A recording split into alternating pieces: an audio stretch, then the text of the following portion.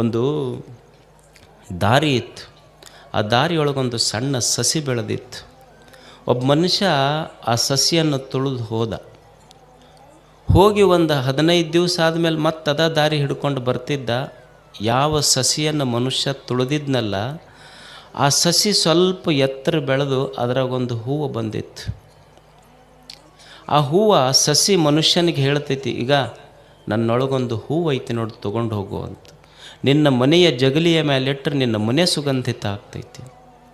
ಭೂಮಿ ತಾಯಿ ಆ ಸಸಿಗಂತಳ, ಅಲ್ಲ ಮೊನ್ನೆರೆ ನೀ ಇಷ್ಟ ಬೆಳೆದಿದ್ದಿ, ನಿನಗೆ ಮತ್ತು ತುಳಿದು ಹೋಗ್ಯಾನ, ಮತ್ತು ಇವನಿಗೆ ತುಳಿದವನಿಗೆ ಹೂವು ಕೊಡಾಕತ್ತಿಯಲ್ಲಿ ನೀನು. ಅವಾಗ ಸಸಿ ಅಂತೈತಿ, ಇಲ್ಲ ಯಾರು ಬೆಳೀತಾರ ಬೆಳೆದವನ್ನೆಲ್ಲ ತುಳಿಯೋದ ಮನುಷ್ಯರ ಚಾಳಿ, ಇದೇನು ಹೊಸದಲ್ಲ ಅವ್ರದ್ದು. ಯಾರು ಬೆಳೀತಾರ ಬೆಳೆದವ್ರನ್ನೆಲ್ಲ ತುಳಿಯೋದವ್ರದ್ದು ಚಾಳಿ, ಇದು ಹಳೇದಿದು. ಅವ್ರ ಕಾಲ ಅವ್ರ ಜಾತಿನ ಹಂಗೈತದು ಅಂತ.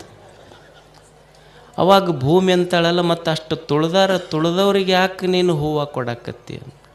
ಅವಾಗ ಸಸಿ ಅಂತದ, ಭೂಮಿ ತಾಯಿ ತುಳಿದವ್ರನ್ನೆಲ್ಲ ತಲೆಯಾಗಿ ಇಟ್ಟುಕೊಂಡಿದ್ದರೆ ನನ್ನ ಹೃದಯದೊಳಗಿಂದ ಹೂವು ಹೆಂಗೆ ಅರಳತಿತ್ತು ಹೇಳು, ಸಾಧ್ಯ ಇರ್ತಿರಲಿಲ್ಲ. ಹಾಗೆ ಏನು ಕೆಟ್ಟದ್ದದ ಅದನ್ನೊಂದು ಸ್ವಲ್ಪ ಮರೆತು ಒಂದು ಸುಂದರವಾದ ಬದುಕನ್ನು ಕಟ್ಟಿಕೊಂಡು ಬದುಕೋದು ಮನುಷ್ಯ. ಈಗ ನಿಮ್ಮ ಮನೆ ಹಿತ್ತಲ್ದಾಗ ಒಂದು ತೆಂಗಿನ ಗಿಡ ಹಚ್ಚಿರ್ತೀರಿ. ನೀ ತೆಂಗಿನ ಗಿಡಕ್ಕೇನು ಸಕ್ಕರೆ ನೀರು ಹಾಕಿರ್ತೀರಿ ಏನದಕ್ಕೆ? ಏನೂ ಇಲ್ಲ.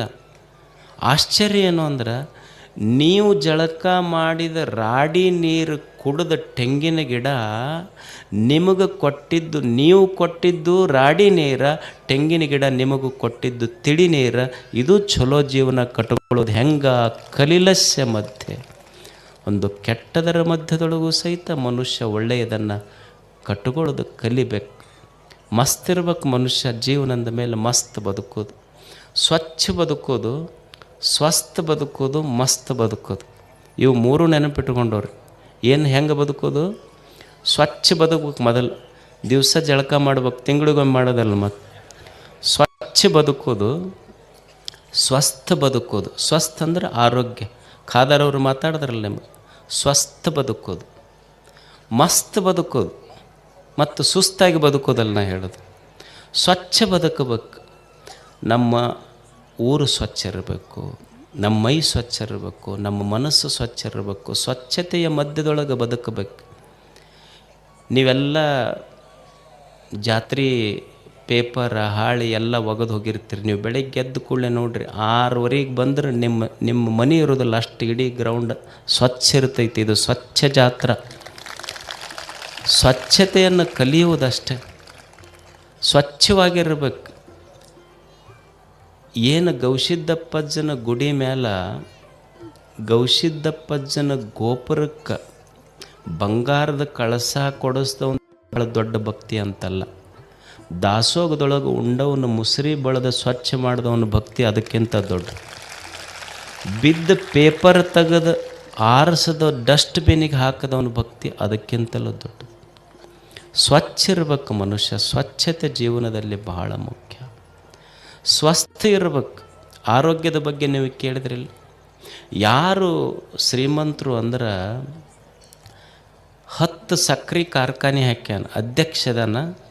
ಬೆಳಿಗ್ಗೆ ಎದ್ದು ಕೂಡಲೇ ಬರೀ ಹಾಗಲಕಾಯಿ ರಸ ಕುಡಿಬೇಕವ.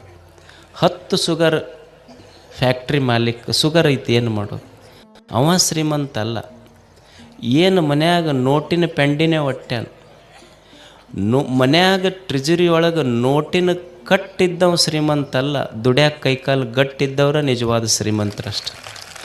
ಆರೋಗ್ಯ ಚಲೋ ಇರಬೇಕು, ಸ್ವಚ್ಛ ಇರಬೇಕು, ಸ್ವಸ್ಥ ಇರಬೇಕು, ಮಸ್ತ್ ಇರ್ಬೇಕು. ಮತ್ತು ಏನು ಸಂಸಾರ ಅಂದಮೇಲೆ ಸ್ವಲ್ಪ ಹೆಚ್ಚ ಕಡಿಮೆ ಆಗೋದೆ.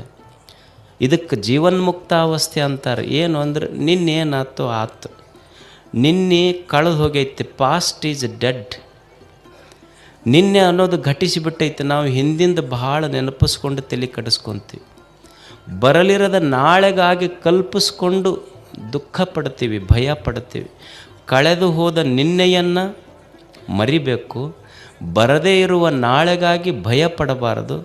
ದೇವರು ಏನು ಈ ಕ್ಷಣ ಕೊಟ್ಟನ, ಈ ಕ್ಷಣ ಚಂದ ಕೊಟ್ಟನ, 2 ಮಾತು ಕೇಳೋದು, ಜಾತ್ರೆ ನೋಡೋದು, ಮಸ್ತ್ ಉಂಡು ಮಸ್ತ್ ಮನೆಗೆ ಹೋಗಿಬಿಡೋದು, ಮಸ್ತ್ ಇರ್ಬೇಕು ಮನುಷ್ಯ.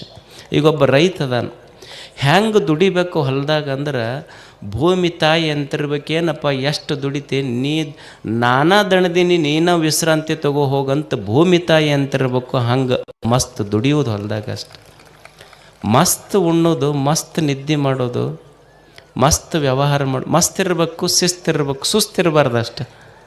ಇದನ್ನು ಕಲಿಯೋದು ಮನುಷ್ಯ ಜೀವ. ಒಂದು ಸಂಸಾರ ಅಂದಮೇಲೆ ಒಂದು ಸ್ವಲ್ಪ ಹೆಚ್ಚು ಕಡಿಮೆ ಪ್ರಪಂಚ ಇರೋದಲ್ಲ.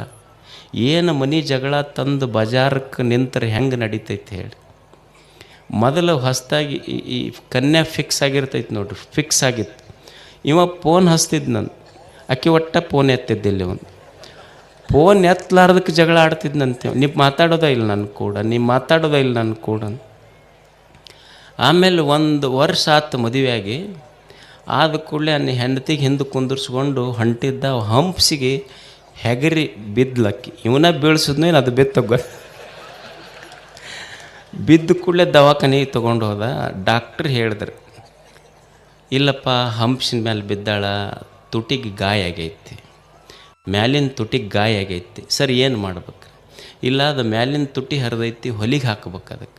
ಸರ್ ಕೈ ಮುಗಿತಿ ನಿಮ್ಗೆ, ಎರಡೂ ಕೂಡಿಸಿ ಹೊಲಿದು ಬಿಟ್ರಿ. ಅದಕ್ಕೆ ಹೊಲೆಯವ್ರು ಹೊಲಿತೀರಿ, ಎರಡೂ ಕೂಡಿಸಿ ಹೊಲಿದು ಬಿಟ್ರಿ. ಅದಕ್ಕೆ ಹಿಂಗಾದ್ರೆ ಹೆಂಗೆ ಸಂಸಾರ? ಒಂದು ಹೆಚ್ಚ ಕಡಿಮೆ ಇದರ ಮಧ್ಯದೊಳಗನೆ ಇದು ಇರೋದ, ಇದು ಮುಗ್ಯೋದಲ್ಲಿದು. ಭಾಳ ಮಂದಿ ಬರ್ತಿರ್ತಾರೆ, ಯಪ್ಪ ಇದ್ರ ಕಾಲಾಗ ಸಾಕಾಗೈತಿ. ಯಾವಾಗ? 60 ವರ್ಷಕ್ಕೆ. ಇಷ್ಟು ದಿವಸ ತಿಳಿಲಿಲ್ಲ ನಿನಗೆ, ಉಳ್ದಾವ ಎಷ್ಟು ದಿವಸ ಈಗ ನಿನಗೆ? ತಿದ್ದರೆ ಏನು ಮಾಡವ, ತಿದ್ದಕ್ಕೆ ಹೋದ್ರೆ ಆಗೋದ ಬಿಡೋದ? ಎಷ್ಟು ದಿವಸ ಕೊಟ್ಟಾನ ಅಷ್ಟು ಚಂದ ಶಿಸ್ತಾಗಿ ಬದುಕಿ ಹೋಗಿಬಿಡೋದು ಅಷ್ಟು. ಸ್ವಚ್ಛ ಇರಬೇಕು, ಸ್ವಸ್ಥ ಇರಬೇಕು, ಮಸ್ತ್ ಇರಬೇಕು. ಇಷ್ಟು ಇದ್ಕೊಂಡು ಹೋದ್ರೆ ಇಡೀ ಜೀವನವೇ ಒಂದು ಜಾತ್ರೆ ಆಗ್ತೈತೆ ಅಷ್ಟೇ. ಜಾತ್ರೆ ಅಂದ್ರೆ ವರ್ಷಕ್ಕೊಂಬರೋದಲ್ಲ, ಪ್ರತಿನಿತ್ಯವೂ ನಿತ್ಯೋತ್ಸವ ಆಗಬೇಕು. ಅದು ಜೀವನದ ಜಾತ್ರೆ, ಅದು ಅಷ್ಟೆ. ಹಾಗೆ ಅಂಥ ಒಂದು ಸುಂದರ ಬದುಕನ್ನು ಕಟ್ಟಿಕೊಳ್ಳುವುದಕ್ಕಾಗಿಯೇ ಇಲ್ಲಿ ಹಲವು ಜನ ಯತಿಗಳು, ವಿದ್ವಾಂಸರು, ಕಲಾವಿದರು ಎಲ್ಲೆಲ್ಲಿಯವರು ಬಂದಾರ ನೋಡ್ರಿ. ನಿಮಗೆಲ್ಲ ಭೇಟಿ ಆಗ್ಲಿಕ್ಕೆ ನಿಮ್ಮನ್ನು ನೋಡ್ಬೇಕು ಅನ್ನಿಸ್ತೈತೆ ಅವ್ರಿಗೆ. ಯಾಕಂದ್ರೆ ಇಷ್ಟು ಚಲೋ ಜನ, ಇಷ್ಟು ಲಕ್ಷ ಮಂದಿ ಕೂಡಿರಪ್ಪ. ನಿನ್ನೆ 8ರಿಂದ 10 ಲಕ್ಷ ಮಂದಿ ಕೂಡ್ಯಾರಂತಾರೆ. ಓಣ್ಯಾಗ ಇಬ್ಬರು ಕಟ್ಟಿ ಮೇಲೆ ಕುಂತ್ರೆ ಹೊಡೆಪೆಟ್ಟಾಕೈತಿ. ಇಲ್ಲಿ 10 ಲಕ್ಷ ಮಂದಿ ಸೇರಿದ್ರು ಎಷ್ಟು ಶಾಂತ ಕುಂತಿರಲ್ಲ. ಇದು ನಿಜವಾದ ಭಾರತ, ಇದು ಅಷ್ಟೆ. ನಿಮಗಿಷ್ಟು ಹೊಗಳ್ಕೊಂತಿದ್ರು ಸುಮ್ಮಿರವ್ರು ನೀವು. ಬಸವಣ್ಣವ್ರು ಅಂತಾರೆ, ಇಷ್ಟು ಹೊತ್ತಾದರೂ ನೀವು ನೋಡಿ ಅಜ್ಜನ 2 ಮಾತು ಕೇಳಬೇಕಂತ ಕುಂತಿರಲ್ಲ. ಒಬ್ಬ ಸನ್ಯಾಸಿಗೆ, ಒಬ್ಬ ಸ್ವಾಮಿಗೆ ಇದಕ್ಕಿಂತ ದೊಡ್ಡ ಶ್ರೇಯಸ್ಸೇ ಯಾವುದೂ ಇಲ್ಲ. ಒಂದು ಮಠ ಯಾವಾಗ ದೊಡ್ಡದಾಗ್ತೈತಿ, ಆ ಮಠಕ್ಕೆ 100 ಶಾಲೆ ಕಾಲೇಜುಗಳಿದ್ರೆ ಆ ಮಠ ದೊಡ್ಡದಾಗೋದಿಲ್ಲ. ಆ ಮಠಕ್ಕೆ 100 ಎಕರೆ ಜಮೀನಿದ್ರೆ ಆ ಮಠ ದೊಡ್ಡದಾಗೋದಿಲ್ಲ. ಆ ಮಠದೊಳಗೆ ಬಂಗಾರ ಬೆಳ್ಳಿ ಸಂಪತ್ತಿದ್ರೆ ಆ ಮಠ ದೊಡ್ಡದಾಗೋದಿಲ್ಲ. ಮಠದ ಸ್ವಾಮೀಜಿ ಯಾವಾಗ ದೊಡ್ಡವರಾಗ್ತಾರಂದ್ರೆ, ನಿಮ್ಮಂಥ ಭಕ್ತರು ನನ್ನಂಥ ಒಬ್ಬ ಸಣ್ಣ ಮನುಷ್ಯನಿಗೆ ನಿಮ್ಮ ಹೃದಯದೊಳಗೆ ಜಾಗ ಕೊಟ್ಟಿರಲ್ಲ, ಅದು ಭಾಳ ದೊಡ್ಡದಷ್ಟೆ. ಇದು ಎಲ್ಲ ನಿಮ್ಮ ಪ್ರೇರಣೆಯಿಂದ ನಡೆದಿದ್ದು. ಇಷ್ಟು ಜನ ಇಷ್ಟು ಹೊತ್ತಾದರೂ ಶಾಂತ ರೀತಿಯಿಂದ ಮನೆ ಮರೆತು ಕುಂತೀರಿ ನೀವು. ಹೋಗಬೇಕಂತ ಲಕ್ಷ್ಯ ಬರುವಲ್ದು. ಮನೆ ಮರೆತು ಇಲ್ಲಿ ಕುಂತೀರಿ ನೀವು. ಈಗ ಎಲೆಕ್ಷನ್ ಬರ್ತಾವೆ ನೋಡ್ರಿ, ಹಿಂಗೆ ಏನರ ಕೂಡಕ್ಕೆ ಸಾಧ್ಯ ಐತೇನು? ನೀವು ಹೆಂಗೆ ಕುಂತೀರಿ ನೋಡ್ರಿ. ಯಾಕಂದ್ರೆ ನೀವು ತಂದವರಲ್ಲ, ಇಲ್ಲಿ ಭಕ್ತಿಯಿಂದ ಬಂದವರು, ಅದಕ್ಕೆ ಕುಂತೀರಿ. ಅವ್ರು ತಂದವರಲ್ಲ, ನೀವು ಭಕ್ತಿಯಿಂದ ಬಂದಿದ್ದಕ್ಕಾಗಿ ಇದು ನಡೆದಿದ್ದು. ಶರಣರಂತಾರೆ, ಬಸವಣ್ಣವ್ರಂತಾರೆ, ದೇವರೆಲ್ಲದಾನ ಮಾಡುವ ನೀಡುವ ಭಕ್ತನ ಕಂಡಡೆ ನಿಧಿ ನಿಧಾನವ ಕಂಡಂತಾಯಿತು. ಏನು ದೇವರು ಅಂದ್ರೆ ಬರೇ ಗುಡಿಯೊಳಗಂತಲ್ಲ. ಏನು ದುಡ್ದಾನ ಸಮಾಜಕ್ಕಾಗಿ ದುಡಿಯುವುದು, ದುಡಿದಿದ್ರೊಳಗೆ ಒಂದಿಷ್ಟು ಸಮಾಜಕ್ಕೆ ಹಂಚಿ ಸಂತೋಷ ಪಡುವ ಮನುಷ್ಯನ ಹೃದಯದೊಳಗೆ ದೇವರದಾನ. ಅವನ ಮುಖ ನೋಡಿದ್ರೆ ಸಾಕು, ಕೂಡಲ ಸಂಗಮನನ್ನು ನೋಡಿದಷ್ಟು ಸಂತೋಷ. ಹೀಗೆ ಬದುಕುವುದು. ಅಂಥ ಜನ ಇಲ್ಲೆಲ್ಲ ಇದ್ದಾರೆ. ನಿಮ್ಮ ಪ್ರೇರಣೆಯಿಂದ ಈ ಜಾತ್ರೆ